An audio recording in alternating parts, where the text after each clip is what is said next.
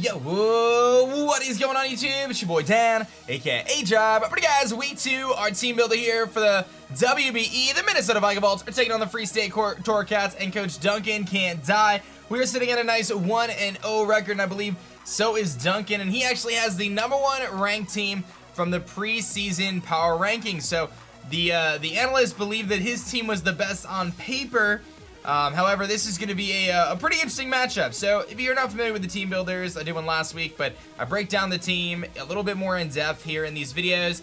Talk about my team, exactly my thought process, and then ultimately you'll see the battle tomorrow being uploaded on our YouTube channel. So some really good stuff there. So I think we'll just kind of jump into his team. We'll talk about what he's got, and then I'll tell you why I'm bringing what I'm bringing. But be sure to hit that like button down below. Subscribe if you guys are new. I'm still trying to gauge whether you guys want the team builders separately or together. Seems like the majority of you guys want them separate, so we're gonna keep dealing with that. So keep the support up on these team builders, right? Because that makes my life, you know, it makes my life better. I appreciate it. Anyway, let's talk about his team.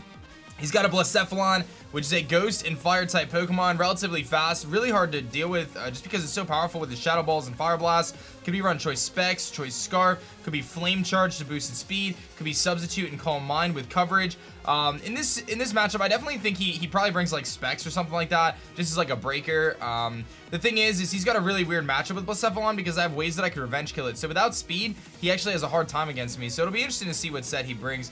Jirachi is definitely a Pokemon that I expect him to bring. Jirachi is one of the most versatile Pokemon in the format, being able to set hazards, being able to U-turn, being able to Iron Head and flinch with Serene Grace, Body Slam opportunities. In this matchup, I definitely think he either brings like a Choice Scarf set or a very speedy set, or like kind of speed plus bulk, like max HP, a lot of speed, because he needs it for Kyurem-B. Like Kyurem-B is absolutely terrifying for his team, as it is for most teams, and Jirachi definitely needs to be able to kind of handle that. So I'm kind of expecting some sort of like more defensive type Jirachi, but I could see like a Scarf set as well because it's so good with a Scarf. Araquanid is his third Pokemon, obviously a Sticky Web setter, so hazards are something I need to take into consideration for this match.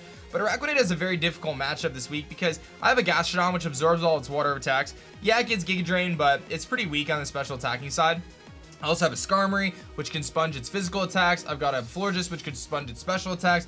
I've got a Lycanroc, which eats it for breakfast. I got a Kyurem, which sponges its attacks, eats it for breakfast. I got a Mega Manectric, which does it super effectively. So Araquanid, I'm gonna be honest, I don't expect him to bring it, but if he does bring it, I could see like a Mirror Coat set with Sticky Webs, maybe Scald or Liquidation, and then maybe Giga Drain. That would be the set I'd expect. So if he brings it, that'll be what I expect. But maybe he brings Band and he just tries to break me. But again, with a Gastrodon, I kind of really slow that Araquanid down pretty well. Zygarde is his next Pokemon. Zydoge, I should say, 10% for him. This thing's really fast. It's super fast. It hits really hard with 1,000 arrows. Great move. But he's got, again, a weird matchup in the sense that, you know, I have a great 1,000 arrows resistant Shaman, probably one of the best in the game, being able to take those 1,000 arrows and just not even care. You know, I've also got things like Florges and stuff, so he's going to have to run Iron Tail or maybe a Z move. If he runs Choice Band or Choice Scarf, it's kind of limited in those options. And he can run a Dragon Dance set, but he has a tough time setting up. I definitely expect him to bring it, but it'll have like Extreme Speed, Outrage, 1,000 arrows, and maybe Dragon Dance or something, Iron Tail.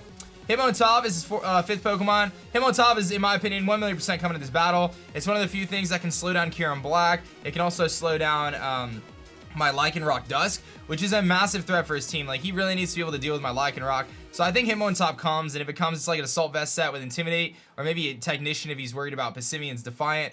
But the Intimidate, and then he'll probably have like Bullet Punch, and maybe like a Mach Punch, and maybe Fake Out, Rapid Spin, Stone Edge, or Rock Slide, Close Combat, somewhere in there. Maybe Toxic if he's not Assault Vest. That'll be the Hitmontop spread. Stoutland kind of relies on the sand to really do much offensively. He could bring like a bulky Stoutland with Intimidate, but I expect the Sand Rush set if he brings it. It would be paired with that Tyranitar, and it would probably have like Return, Wild Charge, Play Rough, Iron Head, something like that. Maybe Choice Band, Life Orb, maybe a Z move. Vikavolt is relatively bulky, electric, and bug type Pokemon that can actually give my team some fits.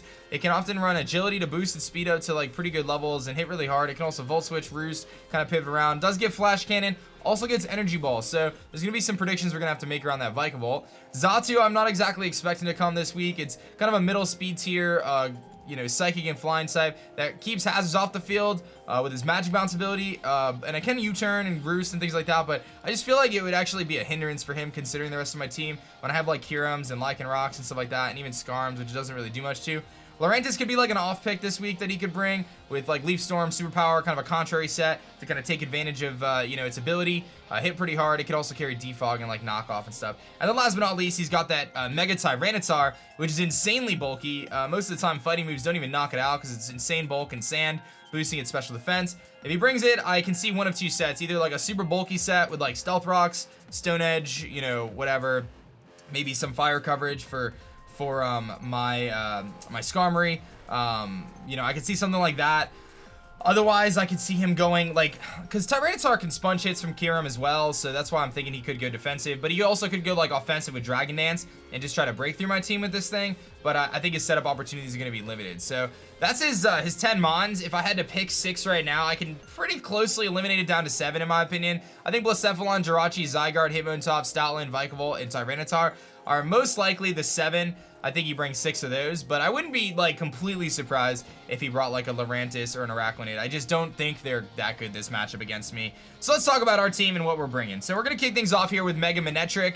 Mega Manectric is running the Volt Switch, Thunderbolt, Hidden Power Ice, and Overheat. The Hidden Power Ice is actually going to allow us to one-shot the Zygarde, and this is most likely my lead, to be honest. It matches up really well against his team. Volt Switch is out against a lot of stuff. His only ground type and ability to switch into that Volt Switch is going to be that Zygarde, and I do outspeed it, and I one-shot it with Hidden Power Ice. If he's carrying the Yachi Berry, he can't one-shot me with 1,000 Arrows. If he's carrying the Choice Band, he gets one-shot. If he's carrying the Choice Scarf, he gets Intimidated and then one-shot. So I can live, you know, a -1 Choice Scarf, 1,000 Arrows, and Earthquake. So I can live both those hits, so it's not really a huge issue for me kind of going into that matchup against Zygarde. But otherwise, I just Volt Switch out. I could also threaten things like Jirachi and Vikavolt and Lurantis with hidden or Overheat. And then last but not least, again, Thunderbolt just hits other things really hard. And having that Intimidate could be really useful for things like Tyranitar and things like Jirachi and, you know, etc. And again, Jirachi, known for its Iron Head flinching, getting an attack drop, and Electric being resistant to Iron Head is very nice. So that's why like an offensive Jirachi is kind of weird this week. Like I wouldn't be surprised again if he brings like Rocks, Wish, things like that. You know, so I wouldn't be surprised to see that. Next Pokemon we're going to be bringing is going to be our Talonflame. Fox the Phoenix coming back again. This is a little bit different. So this is a more offensive Talonflame with the Fly Z. Same time I'm bringing Fly Z again this season, but U-turn instead of Swords Dance. So I got max attack, I've got a good amount of speed, but I've got the U-turn, and this thing is designed to bait in Tyranitar because his best switch in to Talonflame is Tyranitar. If you look across his team, Talonflame wrecks him, dude. Like Blacephalon gets one shot. Jirachi does not want to take a Flare Blitz. I've got the Flame Body if he's got U-turn or Iron Head and things like that. The Zygarde gets one shot by the Fly Z. The Araquanid doesn't want to switch into that. Hitmontop, even with Intimidate, doesn't want to take Brave Birds. Stoutland I outspeed unless it's sand, but he runs the risk of getting burned. Vikavolt doesn't want to take a Flare Blitz, and again, you can see the other Talonflame just runs through his team. So I've got the U-turn on there because it allows me, if the Tyranitar switches in, I can just U-turn out into a better offensive threat to deal with Tyranitar, which you're going to see here in a little bit. Now, there is ways I can beat Tyranitar with Talonflame, but I decided to go a different route and go for the more pivoty Talonflame set. Very offensive, could be a late game cleaner, could also be kind of early game pivots, but definitely really good there. So you see the Volt Switching and the U-turning, a really core strategy that I wanted to implement this season. Now, next thing we're bringing is our Lycanroc here, Lycanroc Dusk form. This thing is a massive threat to my opponent. If he brings like Scarf Blacephalon, Sucker Punch ruins that. I also have Excel Rock as an always backup check to the Blacephalon. His best way to deal with my Lycanroc is actually his Hitmontop. That's his best way to deal with me. And Hitmontop is really threatened by the rest of my team, as you'll see as I kind of go through the 6 Pokemon I'm bringing. But Sucker Punch, Excel Rock just runs through his team. Crunch is a very spammable attack if I'm thinking Jirachi could come in or whatever it may be. And then Brick Break is there for Tyranitar. So you can see how we have all those different options in place. He's obviously going to be very concerned about Stone Edges, which I'm not even carrying because I don't really even think I need it.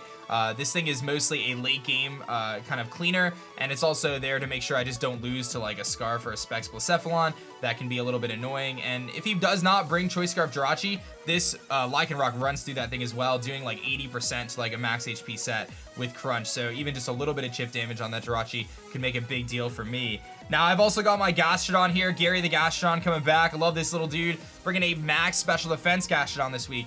This thing is designed to take hits from the Blacephalon. I can actually take Specs, Shadow Balls. I've got the Rindo Berry in case he hidden Power Grasses. I can take all the special hits from him. I'm also like bulky enough that like Araquanid, its Giga Drain does nothing to me. I can actually just recover those off. And while I can't really do much back to Araquanid, it can give me an opportunity to get some switch-ins. If I can predict a Giga Drain, go right out into my Talonflame, I can really pressure that thing down. And it doesn't really have reliable recovery outside of leftovers, so kind of serves as a blanket check to that. Ice Beam's there for Zygarde in case he tries to set up. I don't want him to set up on me with Zygarde, so I gotta make sure that I can prevent that. Otherwise, we have just coverage for pretty much everything just to slow things down. Like things like Vikavolt and Araquanid, I can't do a ton back to, but I can use it as a pivot to discourage their, you know, electric or water type attacks. And that's really what Gary is meant to be in this matchup. It's really kind of that glue paste. Maybe picks up a surprise KO on an Earthquake or something, but it's really just meant to kind of sponge some hits and kind of give my opponent something else to think about, so he can't just click Thunderbolt or just click Liquidation or click Stone Edge when I could easily switch into Gastrodon, which can slow down things like his Tyranitar. So very cool set there. And again, it's mostly just to be like the glue between the rest of the pivots. My defensive kind of focus this week is going to be Florges here. Florges is known for its special defensive abilities, but it's actually going to be our physically defensive wall this week. This is because Zygarde, if he's not Choice Banded, if he's just like standard max attack Jolly Zygarde, it actually takes 4,000 arrows to one-shot or to knock me out, so if I'm at full health. So that's really cool. I can still take hits from Vikavolt because it's so specially bulky. I can take some hits from things like Tyranitar if I have to. I can take hits from Blacephalon because I'm really bulky. You know what I mean? Like, it's kind of meant to be like a mixed defensive Pokemon, but it's really fully physically defensive. And Wish Protect is super nice for the rest of the team. If I could pass a Wish to something like a Manectric, that could be really massive in this game. Defog to keep those hazards off the field, because Stealth Rocks does hurt my Talonflame quite a bit, and obviously Sticky Webs would be kind of annoying for some of the Pokemon, although I think I can actually navigate both of those pretty well. Just something to make note of there. So this is really my main primary way to deal with that Zygarde, though, because it can be a bit of a threat if it sets up a Dragon Dance. Nightshade can take a hit and then just Moonblast it back and knock it out. And then last but not least, you might be a little surprised, but Coco making its season debut, our Passimian here, and this is a max attack, choice banded, adamant Passimian, baby, and I cannot emphasize how powerful this thing is. Dude, find me a switch in. Really, this is one of those situations where Passimian, if he does not bring Blacephalon, Passimian just runs through his entire team. If he brings Blacephalon, he at least has something to switch into a close combat. Same with Xatu, but I have Rock Slide there, and that's where the beauty of Passimian comes in. The key here, I mentioned Talonflame earlier, baiting Tyranitar out with those U-turns, giving me a free switch into my Passimian. Passimian comes in against Tyranitar, and my opponent is forced to switch out. You really can't leave your T-Tar in against a Passimian, especially since I naturally outspeed it. In this case, I'm not going to outspeed it most likely because I'm not running a lot of speed. I'm actually running 204 defense EVs, so I'm actually almost max defense, max attack.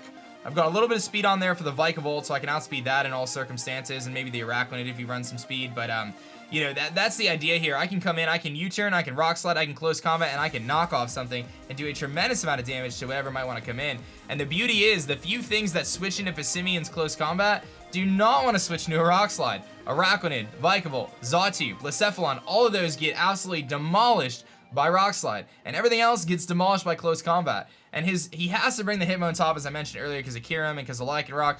Intimidate actually boosts my attack because of my Defiant ability. So if he forgets about that, then he's in a lot of trouble. And if Sticky Webs are on the field, I actually get +2 attacks, so my attack gets doubled, and then I'm really hitting some things hard. So I really love this set. It's very bulky. It can switch into the Tyranitar if he tries to Stone Edge me, which is his best spammable attack against me. I can also take a hit from Stoutland if he's got Play Rough. I can take a hit from the Zygarde as well. I can switch into the Hitmontop and really pressure that. And if he doesn't have Psychic on Jirachi, I can really take some hits there. So we've got a lot of options. And again, I outspeed the Vikavolt, I outspeed the Araquanid, I outspeed the Lurantis. So a couple things to note there. But I really think this Passimian set can go in, at the very least, to break his team down, to allow something like Talonflame or Lycanroc to ultimately win. Now you may be asking yourself, aDrive, where's Kyurem, where's Skarmory, Shaman, all those Mons? They actually had decent matchups. And I think this is where my man Duncan is going to have a hard time prepping for me, because he's got to prep for Kyurem Black, he's got to prep for Shaman, he's got to prep for Skarmory, you know, and I don't even bring them. Kyurem Black I decided not to bring just because he's a little slow. His offensive threats can kind of beat me, and I feel like he's got a hardcore prep for Kyurem, so if he preps a lot for Kyurem, he actually opens the door for like Passimian and Talonflame. So that was kind of my logic there. Skarmory, another decent mon this week because it can kind of slow some things down. But when you have things like a Blacephalon and set up potential Jirachi, it's just not worth bringing. But it may discourage things like the Stoutland from coming. And then, you know, even though it gets Wild Charge. And then Shaman actually has a decent matchup as well, which is going to encourage Vikavolt to come. Maybe a pseudo bulky Vikavolt, because Shaman can handle the Tyranitar. It obviously handles the Zygarde really well, the Lurantis really well, so Shaman is another mon that I expect him to definitely keep in the back of his mind. And then the last thing I didn't bring was the Alolan Persian, and while Alolan Persian is even a relatively viable set because it can Pursuit Trap things like Blacephalon and the Jirachi and really pressure them, it can Parting Shot around and kind of, you know, lower some attacks and really do some work there. So I didn't need those other mons. I think he's going to have to definitely prep for them. I think he's going to see preview and be really surprised to not see Kyurem Black. I don't know if he expects Pissimian, and I definitely don't think he expects Choice Band almost max defense Pissimian, because this set is a really, really fire set, and I think it's going to put in a lot of work. I've got great pivoting with Volt Switch, U-turn, U-turn. I've got great defensive presence with Gastrodon and Florges, and a lot of bulk and Pissimian, Intimidate on the Manectric. He's got a lot of tough decisions to make because he doesn't want to get burned on a U-turn on Jirachi. He doesn't want to get, you know, he's going to have to make predictions, and it's going to be, I can play relatively safe early game to scout out his sets. And then Lycanroc has an opportunity to clean this game, because once that Zygarde's gone or takes damage, he doesn't really have a switch unless, you know, unless that Hitmontop's still around, and I think that thing's going to get pressured really early by things like Pissimian and Manectric. So that's going to be our game plan here. I'll probably leave with Manectric, try to get those Volt Switches and U-turns off, get my Pissimian in against Tyranitar, and then just start close combating, U-turning, Rock Sliding, whatever the situation presents. We are going to have to make our own predictions, but, you know, I can make some safer ones, man, because U-turn's really good against Tyranitar, even so, and I don't think he stays in. So it's just a matter of, do I Rock Slide things, do I, you know what I mean? So, but we can really catch him off guard with this set, and I think it's going to be a really good one. So anyway, hit that like button down below, subscribe if you guys are new. I'm going to jump into my battle here, and you guys will see it tomorrow, and that'll be that, man. Enjoy the battle, and thank you guys so much for watching our team builder. I'll catch you guys in the next one. Peace.